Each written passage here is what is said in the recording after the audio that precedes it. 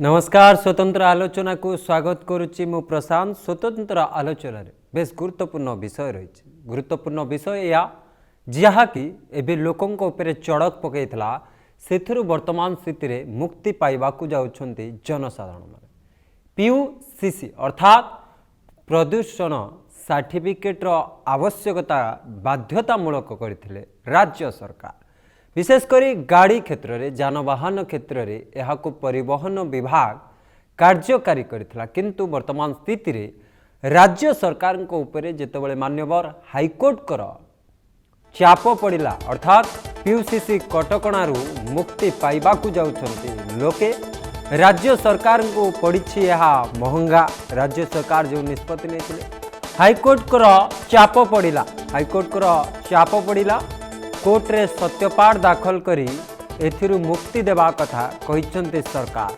पीयूसीसी नथिले भी तेल मिलिबो, ये गोटे प्रकार यदि आपण देखिबे तेल मिलिबो। पीयूसीसी कटकणा रे परिवर्तन पाई निर्देश रहिछि।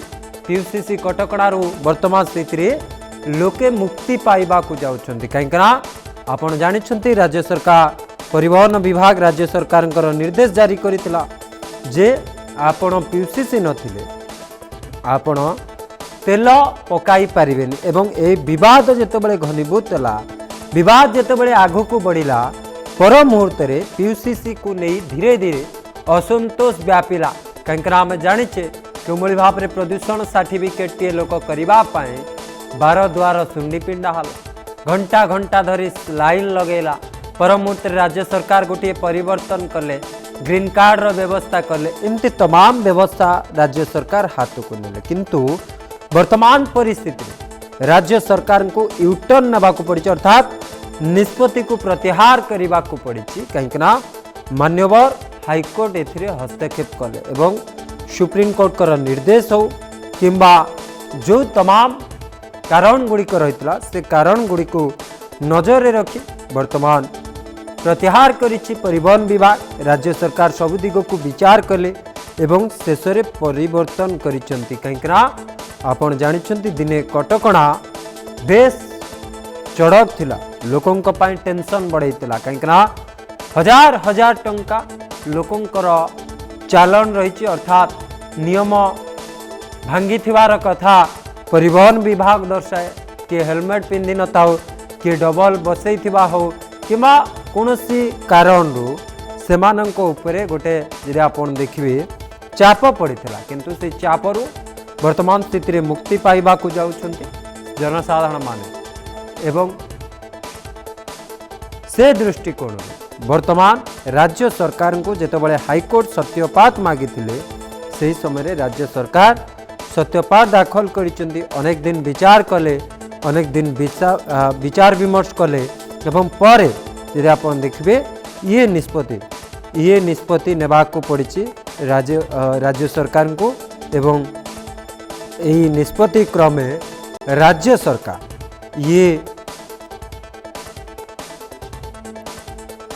सरकार यूटर्न नहीं पुनर्विचार करने निष्पत्ति नेले एवं पूरा अनुध्यान करी राज्य सरकार से परिवर्तन करिसेंति। वर्तमान आपण पीयूसीसी सर्टिफिकेट नथिले सुधा आपण तेल किनी पारिबे, किंतु आपण आउ गोटे दिगरे प्रदूषण को आमको जदि रोकबार अच्छे अर्थात प्रदूषण मुक्त ओडिशा को जदि आमको करिवार अछि तेबे आमको मध्य से दिग प्रति सचेतन हबार आवश्यकता अछि। केवल जे आम पीयूसीसी रु मुक्त पाईगले अर्थात मुक्ति पाईगले जे आमे भावी नवा आमर किछि हेबो नाही ताहा मध्य भूल। कहीं आम परिवेश को आमे संतुलित रखिबा अर्थात आम परिवेश को आमे ठीक रखिबा आमर दायित्व।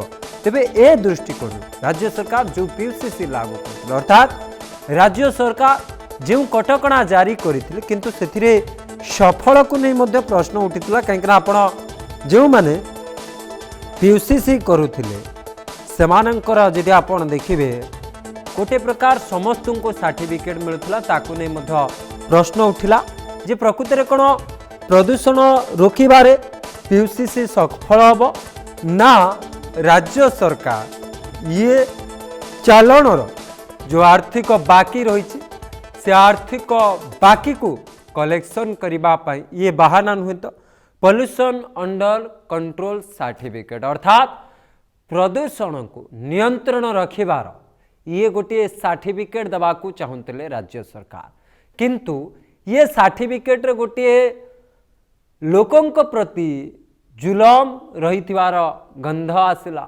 एवं जो आर्थिक 200 कोटी ऊर्ध्व टंका बकेया थिबार कथा आसिला एवं याकू नहीं अनेक विवाद हैला राति नाई दिन नाई तमाम लोक माने पॉल्यूशन प्रदूषण जो जांच करुची ता पाखरे घंटा घंटा धरी लोक लाइन लगेले एवं सर्टिफिकेट रे मध्य समस्या उपजिला कौन यदि आपणकर चालान कटी ना अर्थात यदि आपण चालान क्लियर करना जो पैठ आपणकर जो आपण नियम उल्लंघन करचंती तार जो दंड पड़ी से दंड को जितेबाला आपण सुझी ना अर्थात अर्थ को आपण पैठ करना सेबे जाए आपणकर पॉल्यूशन सर्टिफिकेट मिलबनी ये दुईटी कथा आपण प्रदूषण गोटे बाट अर्थात यदि प्रदूषण मुक्त ठीक अच्छे आपण गाड़ी गुड़िकर जांच करेंगे गाड़ी गुड़िक तार नियम पालन करार बाध्य किंतु एठी चालान जितेबाला जोड़ी दिगला ये गोटे ना कोटी सन्देह बढ़ला और याकू नहीं विवाद आसला मंत्री सचिव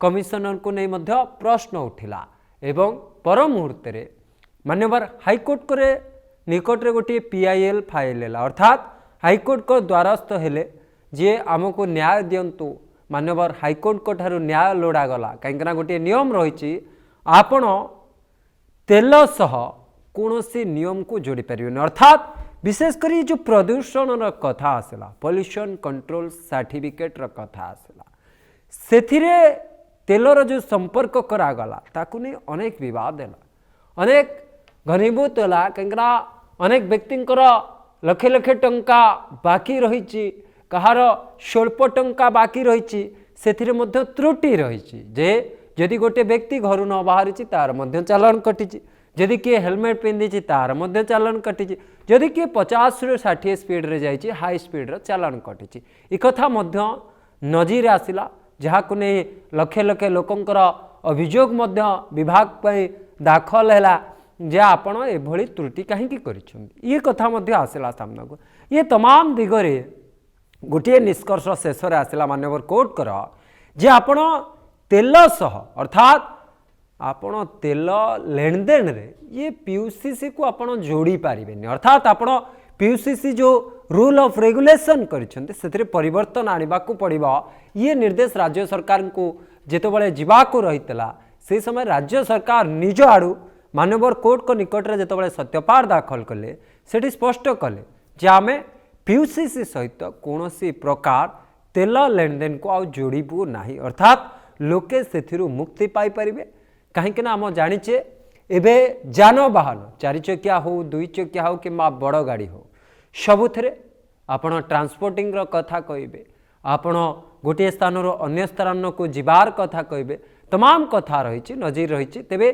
तेल नित्यांत आवश्यक जदि गोटे गाड़ी को तेल न मिल तेबे सी केमिति चलाचल कर ये दिग आसीला इमरजेंसी कथा अच्छी आम्बुलांस अच्छी फायर सर्विस अच्छी अनेक कथा अच्छी किंतु यार भितर से ही मानक बेस चिंतार विषय पलटिला कहीं अनेक गाड़ी पुराणा हो जाइए किंतु अनेक फाइन बाई से दे पार न आर्थिक किंतु ये PUCC तांको मुंड बिंधा पड़ता क्या केते अर्थर लेन देन करने को पड़ूला क्योंकि जालियातीर आसला नजीर चढ़ऊ कला विभाग एवं शेष में पुणी गोटे ग्रीन स्टिकर कथा सामना को आसला जहाँकि पुणी विवाद होला जे आपण तो पॉल्यूशन सर्टिफिकेट कराब पुणी कहीं ग्रीन सर्टिफिकेट कौन आवश्यक पड़ी ये कथा सामना को आसला ये तमाम भितर निर्जास आसला जे आपण पॉल्यूशन कंट्रोल बोर्ड रो सर्टिफिकेट रे PUCC रो जो कंट्रोल रो सर्टिफिकेट रही प्रदूषण गाड़ीटीर केते रही केते नाही ये सर्टिफिकेट जदि गोटे जनसाधारण करुछि अर्थात करुछि ताहाले आपण ये तेल को जोड़े ना हुए तो राज्य सरकार यहाँ पर नुआ आईन आनी पारती नुआ निष्पत्ति नहीं पारती कहीं राज्य रे जो स्थिति रही पॉल्यूशन स्थिति बेस उद्वेगजनक आम जदि कहवा पॉल्यूशन स्थिति भल अच्छी ताहा मध्य भूल पॉल्यूशन अंडर कंट्रोल सर्टिफिकेट जहाँ रही ताकू जदि आपण न करुछन्ति ताहा मध्य गोटे भूल कहीं ए की आई जहाँ रही ताहा बेस गुरुत्वपूर्ण ये विवाद यदि आपण देखिए आमे जो स्टाटस टी रखा अर्थात ये 24 तारीख रो जो स्टाटस रही 24-25 आपण AQI एयर क्वालिटी इंडेक्स जहाँ कहूँ बेस गुरुत्वपूर्ण रही अनुगोल 170 को अतिक्रम करुच्ची बालेश्वर 143 को अतिक्रम करुच्ची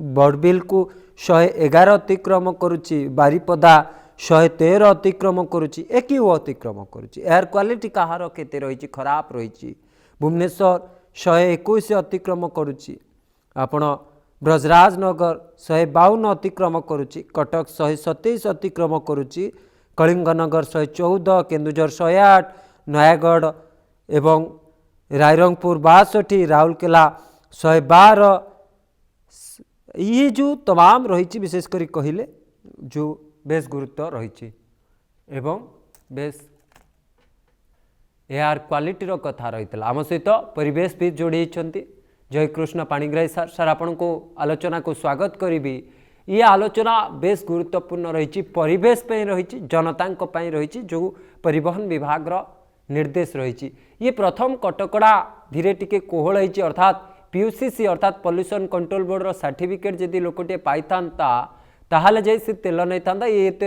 समय अवधि बढ़ी किंतु आज सत्यपाठ रे परिवहन विभाग कही तेल सहित कौन PUCC सर्टिफिकेट आउ आवश्यक ना ये गोटे सत्यपाठ करी निजर निष्पत्ति को निजे विड्रॉल कर दिगटी को आपन केन देखुं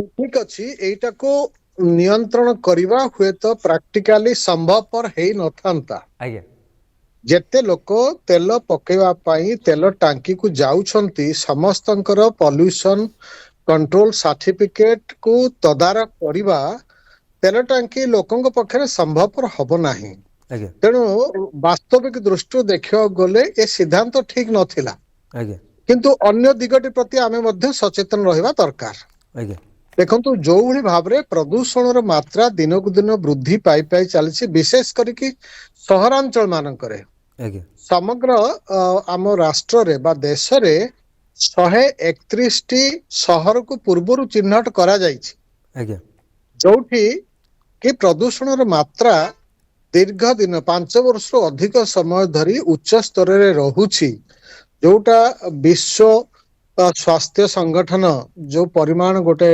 निर्घंट करिछि जे प्रदूषण मात्रा केते केते रहिबो ताठो अधिक हेले ये स्वास्थ्य पई अत्यंत क्षतिकारक ताको दृष्टि रखी आम जदि विचार करिबा ताले भारत वर्षर ए जो 131 टी सीट जहाँ को शहर जहाँ को नॉन अटेनमेंट शहर बोलिकरी कहा जाउची ता अर्थ एठी क्रमागत भावरे अधिक स्तर रे रहुची प्रदूषणर मात्रा तेणु ताकू दृष्टि रखी आमे प्रदूषण किभଳି ह्रास पाइबो समस्तंकर नैतिक दायित्व होउची सेथिरे सहयोग करिबा जो जो उत्सरु प्रदूषण सृष्टि होउची निर्दिष्ट भाबरे वर्तमान आमे एई परिप्रेक्षी जानवाहन कथा कहूचे जानवाहन जो आमे जहाँ व्यवहार करछे सेथिरे जेमति प्रदूषण मात्रा ह्रास पाए गोटे गाड़ी जदि लंबा समय सर्विसिंग हेई नाही ताले सेथिरे जो दहन प्रक्रिया होउची जो तेल आमे व्यवहार करछे गाड़ी चलीबा पाई से ठीक भाबरे विघटन हो नाही जोथि पाई के अधिक प्रदूषण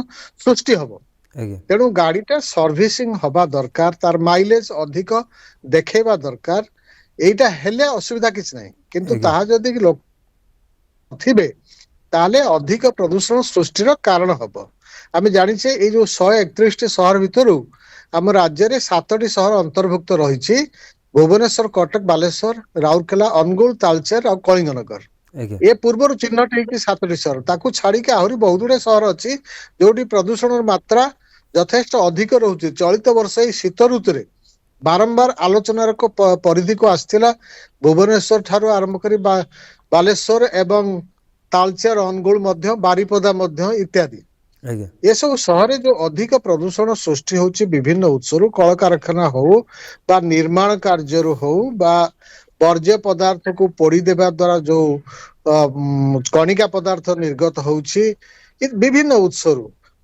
तेणु आको दृष्टि रखी जेतेबेले आमे जानवाहन चलाचल कथा आलोचना करछे ସମସ୍ତଙ୍କର ନୈତିକ ଦାୟିତ୍ୱ ହଉଛି ଯେଭଳି ପ୍ରଦୂଷଣର ମାତ୍ରା କମ ହେବ ଏବଂ ପରିବେଶର ଗୁଣାତ୍ମକ ମାନ ବଜାଇ ରହିବ ସେଇଟା ଆମେ ଚେଷ୍ଟା କରିବା ଦରକାର। ଆଜ୍ଞା ତେଣୁ ସରକାର ଏ ତେଲ ଟାଙ୍କି ରେ ସାର୍ଟିଫିକେଟ ଦେଖେଇବା ହୁଏତ ଉଚିତ ନୁହଁ, କିନ୍ତୁ ଆଜ୍ଞା ଅନ୍ୟ ପକ୍ଷରେ ଆମର ମଧ୍ୟ ଦାୟିତ୍ୱ ନୈତିକ କର୍ତ୍ତବ୍ୟ ହଉଛି ଆମେ ସମୟରୁ ସମୟ ଯାଇକିରି ପଲ୍ୟୁସନ ସାର୍ଟିଫିକେଟ ବାହାର କରିବା ଉଚିତ। ଯେତେବେଳେ ଆଜ୍ଞା 6 ମାସରେ କରାଯାଇଛି ବା ବର୍ଷରେ ଥରେ କରାଯାଉଛି ସେତେବେଳେ ଆମେ ତା ପୂର୍ବରୁ ପଲ୍ୟୁସନ ସାର୍ଟିଫିକେଟ କରି ଆଣିଲେ ଆମେ ସରକାରଙ୍କ କାର୍ଯ୍ୟରେ ସହଯୋଗ କରୁଛେ ବୋଲିକିରି ଏ ତାର ପ୍ରମାଣ ହବ।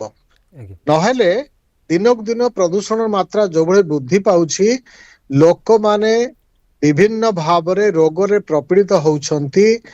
ହୃଦ ରୋଗ ହଉ, ଶ୍ୱାସକ୍ରିୟା ଜନିତ ରୋଗ ହଉ ଇତ୍ୟାଦି ସବୁ ସମସ୍ୟା ଇଏ ବଢି ବଢି ଚାଲୁଛି ଦିନକୁ ଦିନ।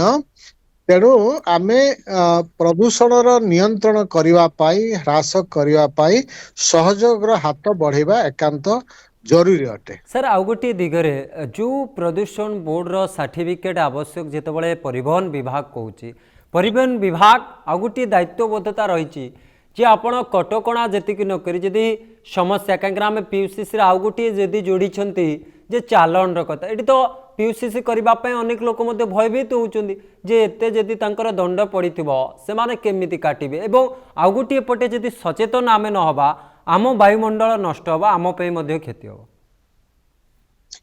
ହଁ, ଏ ଦୁଇଟି ଦିଗରୁ ଆମକୁ ଦେଖିବାକୁ ଅଛି।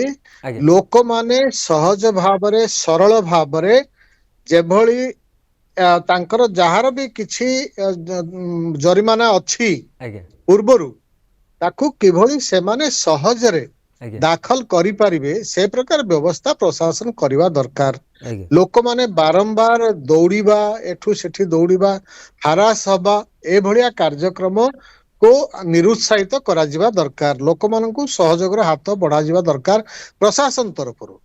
ଠିକ ଅଛି, ଯୋଉମାନେ କିଛି କୌଣସି କାରଣରୁ ଆଇନ ଉଲ୍ଲଂଘନ କରିଛନ୍ତି ସରକାରୀ ନିୟମ ଦ୍ଵାରା ସେମାନଙ୍କୁ ଦଣ୍ଡ ବିଧାନର ବ୍ୟବସ୍ଥା ରହିଛି, ଆଜ୍ଞା କିନ୍ତୁ ସେଇ ଯୋଉ ଜରିମାନା ପ୍ରଦାନ କରିବେ ତା ପାଇଁ ବାଟଟା ସୁରୁଖୁରୁ ହବା ଦରକାର, ସହଜ ହବା ଦରକାର। ଇଏ ଗୋଟିଏ ଦିଗ।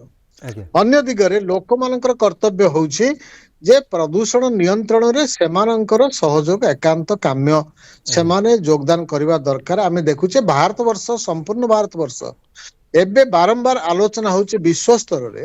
ଆଜ୍ଞା ପ୍ରତ୍ୟେକ ବର୍ଷ ଏଠି ବର୍ତ୍ତମାନ 17 ଲକ୍ଷ ପର୍ଯ୍ୟନ୍ତ ଲୋକଙ୍କର ମୃତ୍ୟୁ ଘଟୁଛି, ଅକାଳ ମୃତ୍ୟୁ ଘଟୁଛି। ପ୍ରଦୂଷଣ ପ୍ରଭାବ, ବାୟୁ ପ୍ରଦୂଷଣ ପ୍ରଭାବରେ ଲୋକମାନେ ବିଭିନ୍ନ ରୋଗରେ ଆକ୍ରାନ୍ତ ହଉଛନ୍ତି, ଅକାଳ ମୃତ୍ୟୁ ଘଟୁଛି 17 ଲକ୍ଷରୁ ଅଧିକ ଲୋକଙ୍କର। ଏଇଟା ଆଜ୍ଞା ଗୋଟେ ବଡ ଘଟଣା ଯେ ଆମେ ସମସ୍ତେ ଅନୁଭବ କରିବା ଦରକାର ଯେ ରୋଗ ହେଲେ ଲୋକମାନେ ହସ୍ପିଟାଲ ଯିବେ, ଡାକ୍ତର ପାଖକୁ ଯିବେ, ଅଧିକ ଖର୍ଚ୍ଚାନ୍ତ ହେବେ, ସେମାନଙ୍କର କାର୍ଯ୍ୟ କରିବାର ଦକ୍ଷତା ହ୍ରାସ ପାଇବ, ଆମର ରାଷ୍ଟ୍ରର ଅର୍ଥନୀତି ଉପରେ ନକାରାତ୍ମକ ପ୍ରଭାବ ପଡିବ। ତେଣୁ ସାମଗ୍ରିକ ଭାବରେ ସମସ୍ତେ ପ୍ରଭାବିତ ହବା, କ୍ଷତି ସାଧନ ହବ। ତାକୁ ଦୃଷ୍ଟିରେ ରଖି ପ୍ରଦୂଷଣକୁ କିଭଳି ହ୍ରାସ କରାଯିବ, ନିୟନ୍ତ୍ରଣ କରାଯିବ, ଏଥି ନିମନ୍ତେ ସମସ୍ତେ ତତ୍ପର ହେବା ଦରକାର ଏବଂ ସହଯୋଗ ମଧ୍ୟ କରାଯିବା ଆବଶ୍ୟକ ଅଟେ। ସାର୍ ଆଉ ଗୋଟିଏ କଥା, ये जो प्रदूषण हार धीरे धीरे ओडिशा रे मध्य वृद्धि पाइलानी, एक जहाँ कहूँ आप देखीचे, तेज या नियंत्रण करने आउ कौन सब कर आवश्यक रही, विशेषकर लोक मैंने सरकार तो कहते आम गछ लगेगा, आम पानी छिंचन करवा, ये कथा आसूँ, किंतु कौन कौन आउ पदक्षेप आवश्यक रही, कहीं आपड़ तो परिवेश को बहुत भलरे देखा चाहती और अनुध्यान करने को चाहती। ଦେଖନ୍ତୁ, ନାଗରିକ ମାନଙ୍କର ନୈତିକ କର୍ତ୍ତବ୍ୟ ହଉଛି ଆଜ୍ଞା ଏ ପରିବେଶ ନିୟନ୍ତ୍ରଣ କାର୍ଯ୍ୟରେ ସମ୍ପୂର୍ଣ୍ଣ ଭାବରେ ସହଯୋଗ କରିବା। ଆଜ୍ଞା କାହିଁକି ନା ଆମେ ଅନୁଭବ କରିବା ଦରକାର, ଆମେ ସଚେତନ ହବା ଦରକାର। ପ୍ରଦୂଷଣ ଯୋଉ ଘଟୁଛି ସେ ସବୁ ଲୋକମାନଙ୍କ ଦ୍ଵାରା ହିଁ ଘଟୁଛି, ଆଜ୍ଞା ପ୍ରତ୍ୟକ୍ଷ ଭାବରେ ହଉ ପରୋକ୍ଷ ଭାବରେ ହଉ ଆମେ ହିଁ ସେଥିପାଇଁ ଦାୟୀ। ଗୋଟେ ଉଦାହରଣ ଦେବି, ପ୍ଲାଷ୍ଟିକ କୁ ଯଦିଓ ବ୍ୟାନ୍ କରାଯାଇଛି, ନିଷେଧ କରାଯାଇଛି, ସିଙ୍ଗଲ ୟୁଜ ପ୍ଲାଷ୍ଟିକ ବା ଏକକ ବ୍ୟବହୃତ ପ୍ଲାଷ୍ଟିକ ପଦାର୍ଥକୁ ସମ୍ପୂର୍ଣ୍ଣ ଭାବରେ କେନ୍ଦ୍ର ସରକାର, ରାଜ୍ୟ ସରକାର ନିଷେଧ କରିଛନ୍ତି। କିନ୍ତୁ ଆଜି ଦିନରେ ଆମେ ଦେଖୁଛେ ଉତ୍ପାଦନ ଠିକ ଭାବରେ ଚାଲିଛି, ମାର୍କେଟିଂ ହଉଛି, ବଜାରକୁ ଆସୁଛି, ଲୋକମାନେ କିଣିକି ଘରକୁ ଆଣୁଛନ୍ତି ଏବଂ ତା ପରଦିନ 10-20 ଲେଖାଏଁ ସେମାନେ ପଲିଥିନ ଜରି ବାହାର ପରିବେଶକୁ ଫୋପାଡ଼ି ଦଉଛନ୍ତି। ସେଠି ସେ ଜମିକି ରହୁଛି ଲମ୍ବା ସମୟ, ତା ଭିତରେ ଭାଙ୍ଗିକିରି ଛୋଟ ଛୋଟ ଖଣ୍ଡରେ ପରିଣତ ହଉଛି, ଯାହାକୁ ଆମେ ମାଇକ୍ରୋ ପ୍ଲାଷ୍ଟିକ କହୁଛେ। ତାଠୁ ଆହୁରି କ୍ଷୁଦ୍ର ହେଲେ ତାକୁ ନାନୋ ପ୍ଲାଷ୍ଟିକ କହୁଛି। ଏସବୁ ଅତ୍ୟନ୍ତ କ୍ଷତିକାରକ। ଇଏ ଆସୁଛି ଆମ ଶରୀର ଭିତରକୁ ବାୟୁ ମାଧ୍ୟମରେ, ଜଳ ମାଧ୍ୟମରେ, ଖାଦ୍ୟ ମାଧ୍ୟମରେ ଆମ ଶରୀରରେ ପହଞ୍ଚି ରୋଗ ସୃଷ୍ଟି କରୁଛି। ତାକୁ ଆମେ ଅନୁଭବ କରିବା ଦରକାର। ଅନେକ ଲୋକ ପ୍ଲାଷ୍ଟିକକୁ ସବୁ ଗୋଟିଏ ଆଣି ଗୋଟିଏ ଜାଗାରେ ରଖି ନିଆଁ ଲଗେଇ ଦିଅନ୍ତି। ସେଥିରୁ ବହୁତ ମାରାତ୍ମକ ଗ୍ୟାସ ବାହାରେ, ଡାଇଅକ୍ସିନ, ଫ୍ୟୁରାନ ଭଳି ଅତ୍ୟନ୍ତ କ୍ଷତିକାରକ ପଦାର୍ଥ ବାହାରେ, ଯୋଉମାନେ କ୍ୟାନ୍ସର ସୃଷ୍ଟି କରିବାର ସମ୍ଭାବନା ରହିଛି।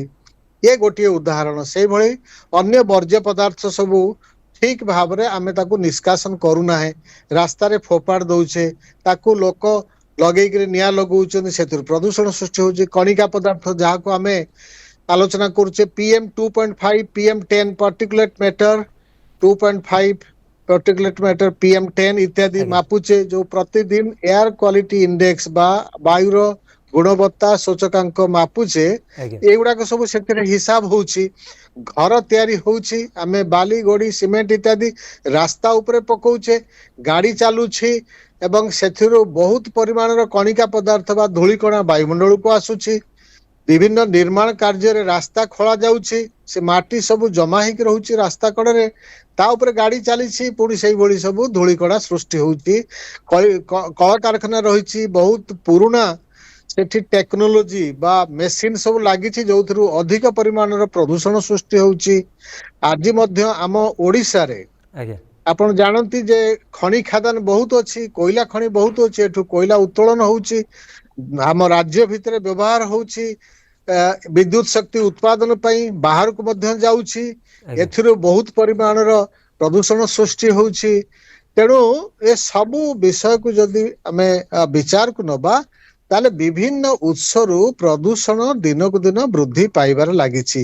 ଆଜ୍ଞା କିନ୍ତୁ ତାର ପୁଣି ତ ପ୍ରଭାବ ଆମ ଉପରେ, ସ୍ୱାସ୍ଥ୍ୟ ଉପରେ ପଡୁଛି ନା। ଆମେ ବିଭିନ୍ନ ଭାବରେ ପ୍ରଭାବିତ ହଉଛେ, ରୋଗାକ୍ରାନ୍ତ ହଉଛେ, ବିଶେଷ କରି ଯୋଉମାନେ ବୟସ୍କ ଲୋକ, ଛୋଟ ପିଲା ଅଛନ୍ତି, ଅନ୍ୟ ରୋଗରେ ପ୍ରପୀଡିତ ହଉଛନ୍ତି, ଏମାନଙ୍କ ଉପରେ ଅଧିକ ପ୍ରଭାବ ବିସ୍ତାର ହଉଛି। ଏ ସମସ୍ତ ବିଷୟକୁ ବିଚାରକୁ ନେଇ ଆମମାନେ ସଚେତନ ହବା ଦରକାର। ଆମେ ଯେତେବେଳେ ଆମେରିକା, ୟୁରୋପ ଯାଉଛେ, ଆଜ୍ଞା ସେଠି ଆମେ କଣ ଦେଖୁଛେ? ସେଠି ସୁନ୍ଦର ପରିବେଶ ରହିଛି।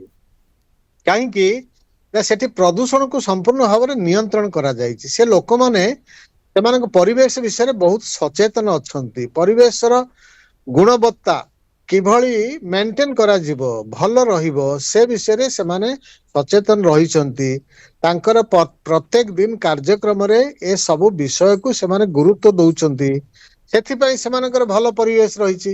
ଆମର ପ୍ରଦୂଷିତ ପରିବେଶ, ଆମେ ବିଶେଷ କରିକି ଶୀତ ଦିନେ ଦେଖୁଛେ ଏତେ ପରିମାଣର ଏଇ କଣିକା ପଦାର୍ଥ ବାୟୁମଣ୍ଡଳରେ ଜମୁଛି, ତା ସହିତ କୁହୁଡି ମିଶିଗଲେ ବଡ ବିପଦପୂର୍ଣ୍ଣ ପରିସ୍ଥିତି ସୃଷ୍ଟି ହଉଛି। ଦିଲ୍ଲୀ ଅବସ୍ଥା ଦେଖନ୍ତୁ କଣ ଘଟୁଛି। ଏଭଳି ଆଜ୍ଞା ଆମ ରାଜ୍ୟରେ କେତେକ ସହରରେ ମଧ୍ୟ ଏଭଳି ଅବସ୍ଥା ଦେଖିବାକୁ ମିଳୁଛି।